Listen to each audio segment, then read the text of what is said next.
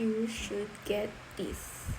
Hey guys, it's Larea. So ngayon, meron akong iti-try itong Spotlight Cosmetics Mascara Remover.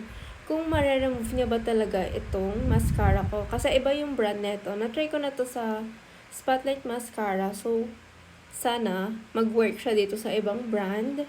Kasi sobrang hirap alisin ng mga mascara na waterproof, ganon. So, lagay ko lang siya dito.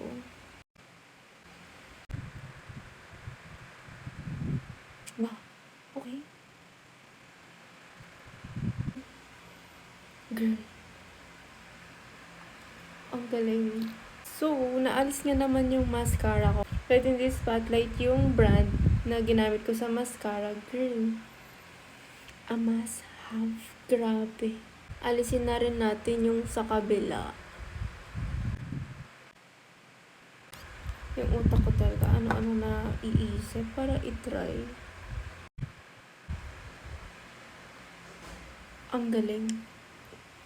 Grabe, Spotlight Cosmetics. Hindi na ako mahirapan alisin yung mascara ko. Like, girl, it's so cool. So nice.